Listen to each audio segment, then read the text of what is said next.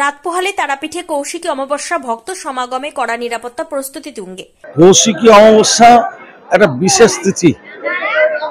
12টা অমাবস্যার মধ্যে এই তিথিতে কথিত আছে সাধক বামদেব মায়ের দর্শন পেয়েছিলেন। শুম্ভ নিশুম্ভকে বধ করে দেবী কৌশিকী অশুভ শক্তিকে পরাজিত করেছিলেন, শুভ শক্তির উদয় করেছিলেন। তাই যুগ যুগান্তর ধরে এই তীর্থস্থান পবিত্র ভূমি বহু সাধক এখানে সাধনায় সিদ্ধি লাভ করেছিলেন। তাই এই দিনটিতে লক্ষ লক্ষ মানুষ ভিড় করে তারাপীঠ মন্দিরে। রাত পোহালে তারাপীঠে শুরু হচ্ছে বছরের অন্যতম বৃহৎ উৎসব কৌশিকী অমাবস্যা। এই বিশেষ তিথিকে কেন্দ্র করে আজ বৃহস্পতিবার থেকে দূর দূরান্ত থেকে সাধু সন্ন্যাসী ও ভক্তদের আগমন শুরু হয়েছে। ভক্ত সমাগমের ভিড়ে সুশৃঙ্খলভাবে দেবী দর্শন ও পূজা নিশ্চিত করতে মন্দির কমিটির পক্ষ থেকে গোটা মন্দির চত্বরে বাঁশের ব্যারিকেড তৈরি করা হয়েছে। পাশাপাশি মন্দির প্রাঙ্গণকে ফুল ও আলোকসজ্জায় সাজানো হচ্ছে।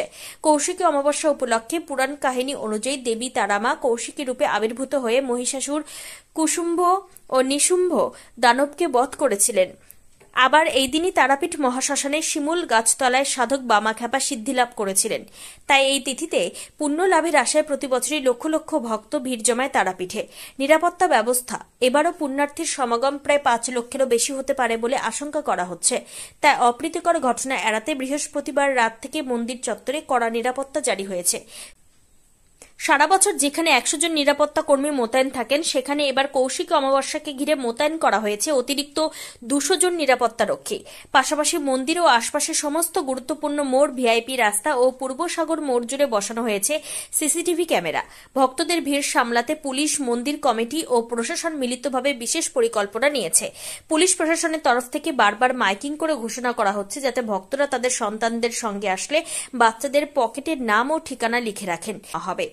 কৌশিকী অমাবস্যাকে কেন্দ্র করে প্রশাসন, মন্দির কমিটি, পুলিশ, মেডিকেল টিম সবাই একযোগে কাজ করছে।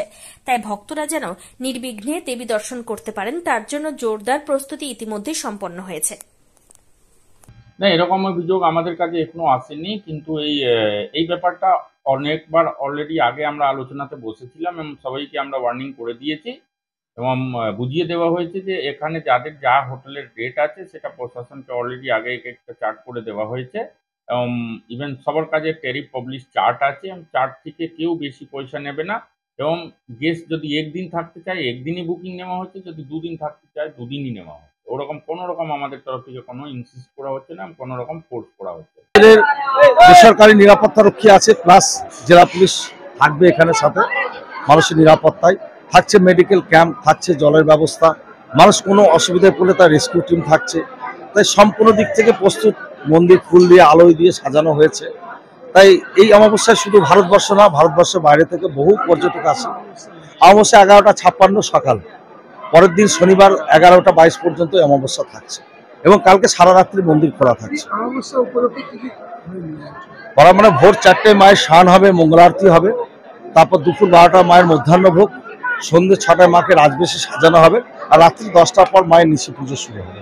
সেই নিশি পুজোয় অমাবস্যার পুজো। তবে হ্যাঁ, আমাদের সেখানে যেটা মিটিং হয়েছিল সেখানে আমরা সবাই ছিলাম, মন্দির কমিটি, টিআরডি, জেলা পুলিশ, তারাপীঠ থানা সব ছিল সেখানে। কিন্তু প্রতিটি হোটেলকে অ্যালার্ট করা হয়েছে যে অতিরিক্ত ভাড়া কেউ নেবেন না, যাতে পর্যটকরা অসুবিধা না পড়ে।